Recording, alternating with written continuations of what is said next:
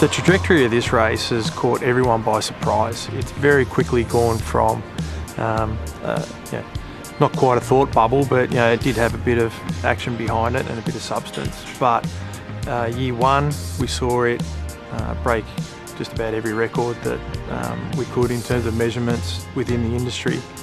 Year two solidified that position.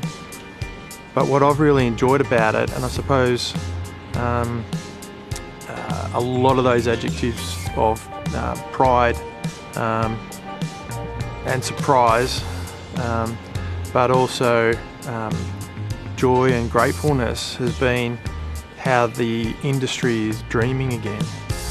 Well, Luke McCarthy won the inaugural running of the Eureka last year within Cypher. This time he's done it on a horse that he actually trains, and slot holder John Singleton. Good on you, Singo. And the Eureka is a special event. Clearly it's the biggest race in Australasian harness racing in the world now with the prize money, and the first year of the running of it was huge, big crowd, big atmosphere, so great to be part of it. And if I won it, I'd probably go on holidays for a month and probably spend a bit of that money. I think the Eureka is such a special event because we can get the best 3 and 4 year olds together for $2.1 million around one of the premier tracks in Australia, and get to see them do their best. It was great to be on track to witness the first run-in of the Eureka, and it was an unbelievable race with a great atmosphere. And if I was able to win the Eureka, I'd throw a huge party and there'd be plenty of people invited.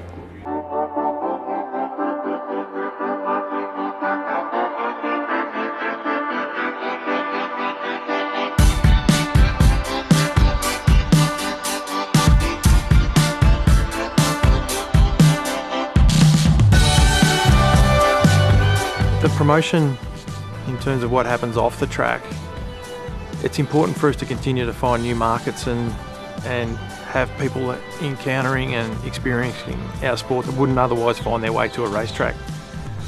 So that's important. Year two became not just about finding those people, but about converting them on a more regular basis. So data is really important to us, where people came from, how we can touch them again and get them involved in some form of, whether it's coming to the races again or whether or not it's finding a small part of a syndicate. Whatever that means, that's the next trick, is to bring people not just to kick it, but to get involved in it and invest in it a little bit more. We want to bring gallops and greyhounds and our rusted-on harness people along for the ride.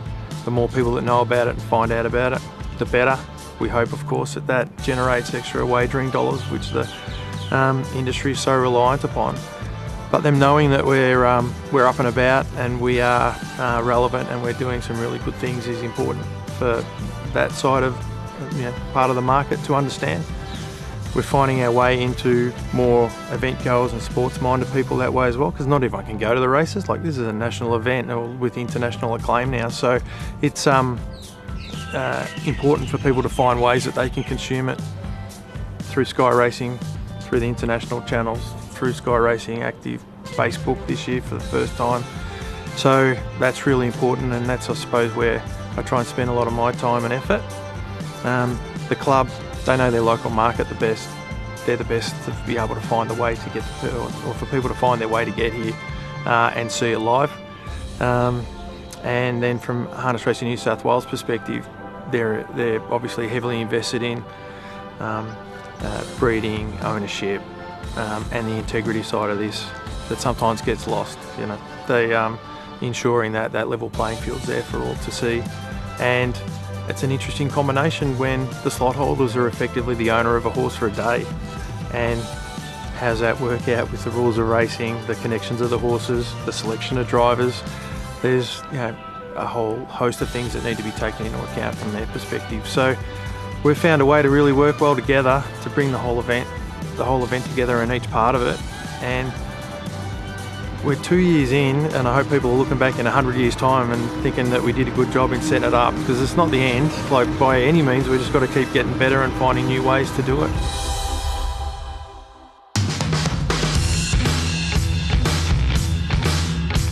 last year was being the first time, and working out the relationship, because there's complexities in that in itself. So you have Harness Racing Australia owning the actual brand, so we need to make sure that we satisfy them. And then from the New South Wales perspective, we've got Harness Racing New South Wales involved as well, so we need to make sure that we're engaging with them too. Most of the logistical work certainly falls to the club with it being conducted here, so I think that part was probably easier, the relationship and the logistics. But yeah, I mean, last year we probably surprised ourselves with how successful it was straight off.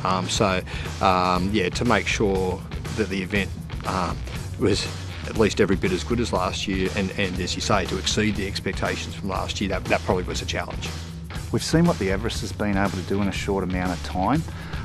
Yeah, it'd be nice if we had the marketing budget of an Everest, but we've got what we've got, and we want to make it an event just for this region, especially Southwest Sydney. It's a growing area, so we want to, it's got to be on people's calendars that, oh, Eureka's coming up in a couple of months, let's get our tickets.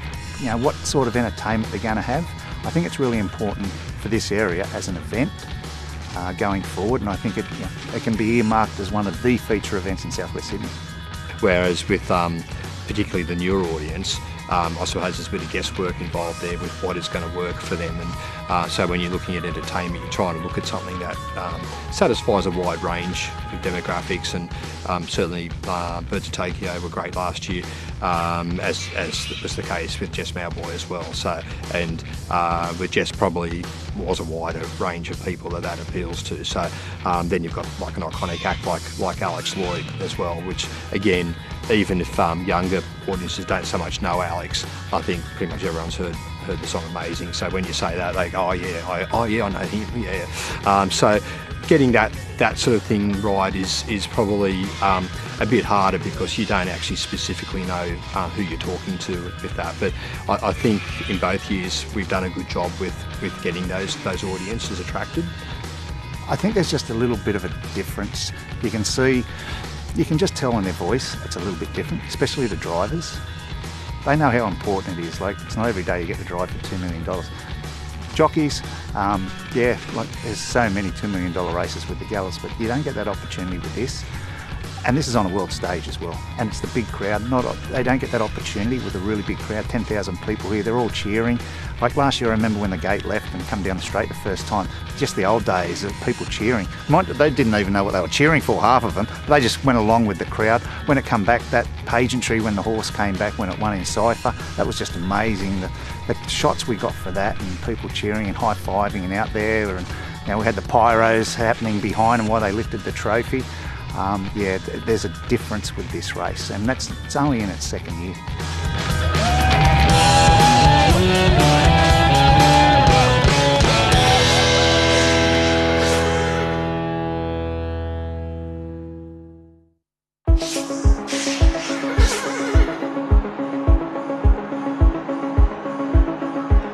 Hello everyone, we've got a good program ahead of us here. The Tab Eureka, the highlight, the Tab Len Smith Mile Group 1, terrific racing, and a good crowd rolling in already for the night.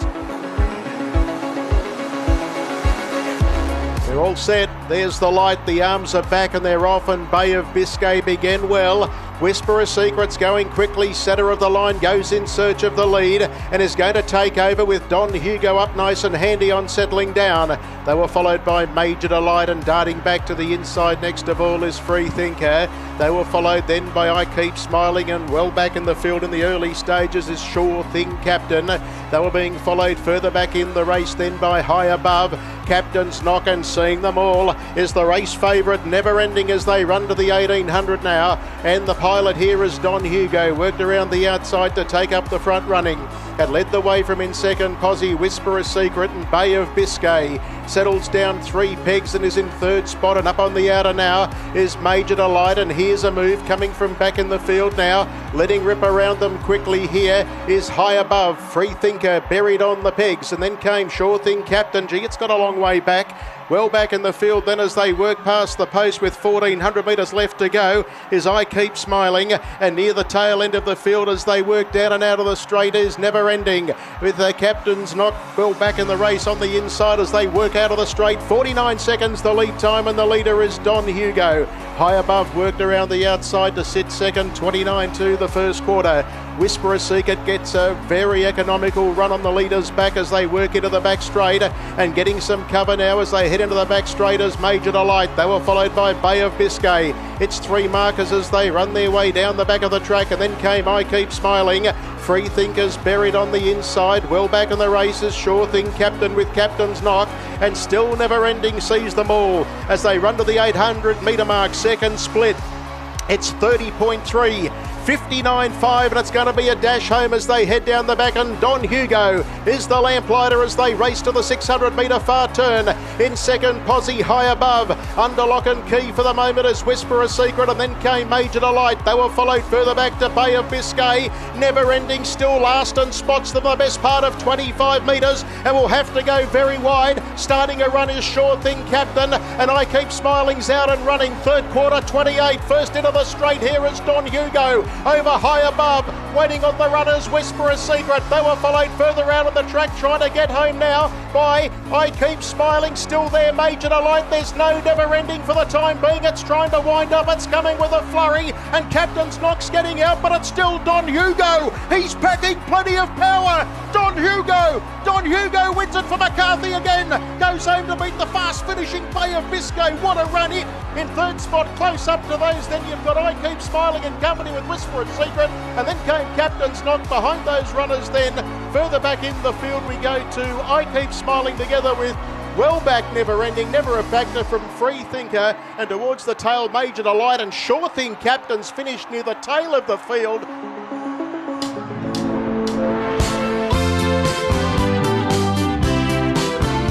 The King of Menangle has once again produced a pearler to win the Eureka. Yeah, thanks BK. Massive thrill to win it again, and this horse just couldn't look any better. He's just shining the coat, and wasn't sure how I was going to drive him. I just sort of figured it out as we went along, and once he whizzed across the front, got that cheap fraction. I was just hoping that it was going to be really hard to beat. It was such a different race to what we saw from him in Queensland, which is another horse that's come on from that big carnival, but he was able to lead up this time. He was able to dominate the race, and he's just been too quick for them at the end. Yeah, look, it worked out perfect. I got some good fractions there, and I was expecting maybe a couple of them to be sort of coming early, so I'd take a breather when I could, and it's worked out perfect. An unbelievable feat not to win it just once, but now twice. This is your first win as a trainer, and it must be even sweeter that you've been able to go the double. Oh, for sure. It's as we mentioned, it's a massive thrill to be in any big race, let alone the world's richest race, and to have won it 2 years in a row. Couldn't be happier. Without being overconfident and, respect to the other horses, I really thought I could win this, Brit. And, obviously every owner, every slot holder has the same ambition, but I genuinely thought he's just tough. He's so versatile. And to put on top of that is you got Luke McCarthy as a trainer and driver. So what can we say? Oh, I'm over the moon. Like nothing you'd ever believe. It's just, we picked him early on, and we pulled the trigger pretty early, but full credit to Luke and the team. They've done a great job with the horse, and Tony for going with us, and really happy. $2 million, no. I used to own horses. I would have loved to have been involved in this. I can imagine the excitement and anticipation everyone's been feeling. Just to have a horse in a $2 million race, what a fantastic feeling. What a fantastic feeling to be out there celebrating the victory, holding that trophy aloft. It just must be such a great feeling, $1 million to the winner. It's just amazing to think that we can do that in harness racing.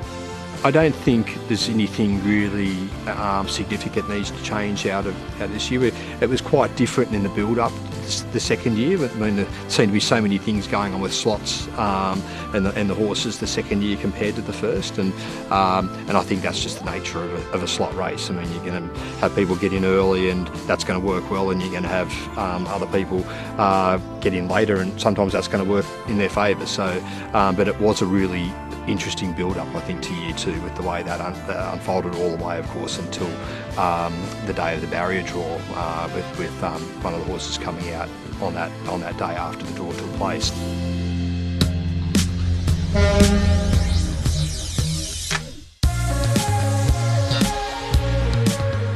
I've mentioned before the trajectory that this race has taken, or how it's catapulted itself so early on.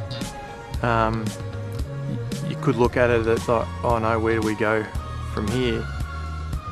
But you've just got to absorb that and go, yeah, this is great, and run with it, and then work out how you can make that work for you.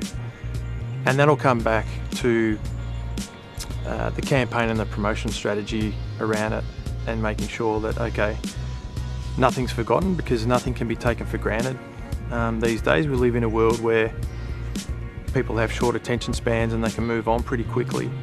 So we've got to make sure that we're able to maintain that attention, build on it, but then find out who's around that group, you know, what's the next layer, and start to get to those people. And I really also see and hope that the opportunity that's taken here, we're seeing some really good statistics around local size, and seeing the horses that participated in the Tab Eureka taking those steps. I think we all can see how great Leap to Fame is, and he'll clearly head in that direction at the right time. But there's going to be more than that, and this race hopefully will be part of that, bringing their opportunities to life as well. And that's where we started, really. So once that starts to happen, I think we can even go to another level in terms of our satisfaction, and everyone understanding what we've been building towards. In the entertainment, sort of fresh is a key part of it. So I suppose that's where I would like to see. I think people who are looking at this just as an event, so the harness racing isn't their biggest motivator for coming to it. They're looking for what we offer from an entertainment point of view. So the significance of acts, what else we can do here at the track. I mean, the drone show was really successful the first year. Perhaps it's something along those lines. That area is advancing so quickly year on year in terms of what they can do with those sorts of shows. So we have an amazing backdrop here at Benangle in terms of you don't have a lot of development around, so those shows, I know the guys who do, they said it's a fantastic location for these shows to have them. So perhaps it's something like that on a larger scale for next year. I mean, hopefully it's the continuation, or if it's going to go somewhere else for a while, it might be our sort of parting shot till we get it back again. But I certainly think with the success of the race, it's just a matter of where it is next after we do it again next year. One views success of this event because in some ways it's no disasters, so there's an element of mitigating the risks of presenting the world's richest harness race in a subpar manner, but I'm most interested in the banter. To be honest, that's not even on the race night. I sometimes joke to my wife Cassie about when the green light goes on and lets them go, I feel like my work's done after that. It's happy days. Like people are going to be celebrating, and I'm already thinking about next year before the race is finished, because what can we do better? What can we get better at? But the satisfaction aspect is people are talking about it, and people are doing you a favour when they're got their opinions that may not match mine, but it's great. That's what it's about. And I think we've lost a bit of that over the journey with appreciating that everyone can have an opinion and it can be different and it doesn't have to be personal, that everyone is entitled to it, because we're a really interesting industry. We're very diverse, but you're only in it if you love it. And so I think it's how it is not, it's the things that happen outside of the race, I suppose, is where I'm coming back to. All of the things around it, not just that, you know, the number of seconds that it takes from the green light to the wire. So it's and it's interesting because I don't have any social media. I learnt that back in 2016, but it's you know it's there. You hear about it, you see it. People are sending you screenshots of stuff. Everyone's got an opinion, and I reckon that's fun. And one of the things that I hope people find, particularly the slot holders and those surrounded by it, but then everyone who's at the racetrack and everyone who's watching it, feels it's a bit of a breath of fresh air and it's a bit of fun.